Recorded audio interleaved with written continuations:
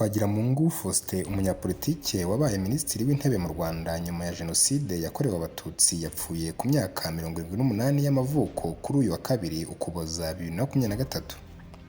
Twagiramungu yavutse ku wa 14 Kanama 1945 mu yahoze ari Perefegitura ya Cyangugu. Akaba yaramenyekanye muri politiki y'u Rwanda mu mwaka w'1991 mu gihe cy'amashyaka menshi ubwo yari mu ishyaka rya MDR.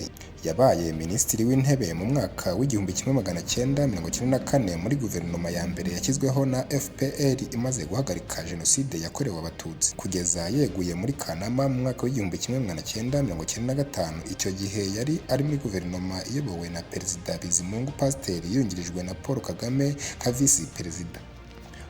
Mu mwaka w'1995 nibwo Twagiramungu yahungiye mu Bubiligi amaze kwegura mu gihe iyi guverinoma yari irimo yagombaga kumara imyaka 5 hagategurwa amatora rusange. Gusa haje kongerwaho indi myaka 4 yo gusana igihugu cyari cyashegeshwe na jenoside.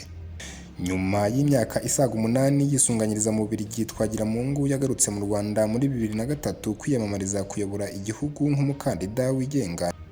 Ntiyahirwa kuko yatsinzwe na Perezida Paul Kagame yagize amajwi 95%, naho we agira amajwi 3.62%.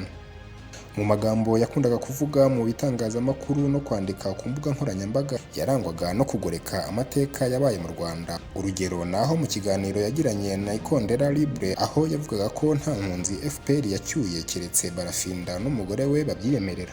Yashinze ishyaka ritavuga rimwe na leta y'u Rwanda LDI Rwanda nziza, ndetse muri 2013 inkuru zarashyushye ko ashaka kugaruka gukorera politiki mu Rwanda.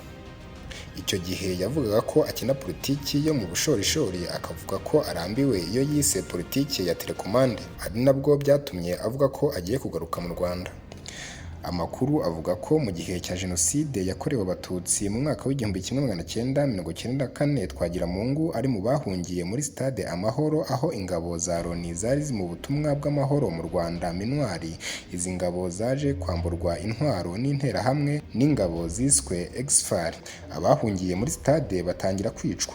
Ingabo za RPA zari muri batayo ya 3 zavuye muri CND nizo zahagobotse zirokora abarimo Twagiramungu, ariko ngo yanga kujyana n'abandi aho FPR yagenzuraga kuko ngo adashaka kuguma mu maboko y'inyenzi. Izina ryakoreshwaga mu kwambura ubumuntu ingabo za FPR Inkotanyi. Twagiramungu yatorewe kuyobora ishyaka rya MDR mu mwaka w'1991. Yafatwaga nk'irikomeye mu yarwanyaga Habyarimana Juvenal. Ryaje kusongwa n'amacakubiri ndetse bizamba cyane. Mu mwaka w'1993 Twagiramungu yasabwaga gutanga uzaba Minisitiri w'Intebe muri guverinoma ihuza hamwe amashyaka, agatanga Uwiringiyimana Agata atagishije inama ishyaka. Muri uwo mwaka hateganyijwe inteko idasanzwe muri MDR imwirukana mu ishyaka. Uwiringiyimana Agata nawe areguzwa. Twagiramungu yanze icyemezo yafatiwe, havuka impande ebyiri zihanganye mu ishyaka zavutsemo MDR Power ya Karimana na Kambanda yari ishyigikiye MRND ya Habyarimana na CDR. Amashyaka yari ku isonga ry'umugambi wa jenoside yakorewe abatutsi mu mwaka w'1994. Ikindi gice cya MDR cyashakaga impinduka mu gihugu kinashyigikira urugamba rw'inkotanyi rwo kwibohora cyakomeje kuyoborwa na Twagiramungu. Twagiramungu yize anakora i Quebec muri Canada kuva mu mwaka w'1968 kugeza mu mwaka w'1976. Nyuma yo kugaruka mu Rwanda yashinze ikigo cy'ubwikorezi cyitwa STIR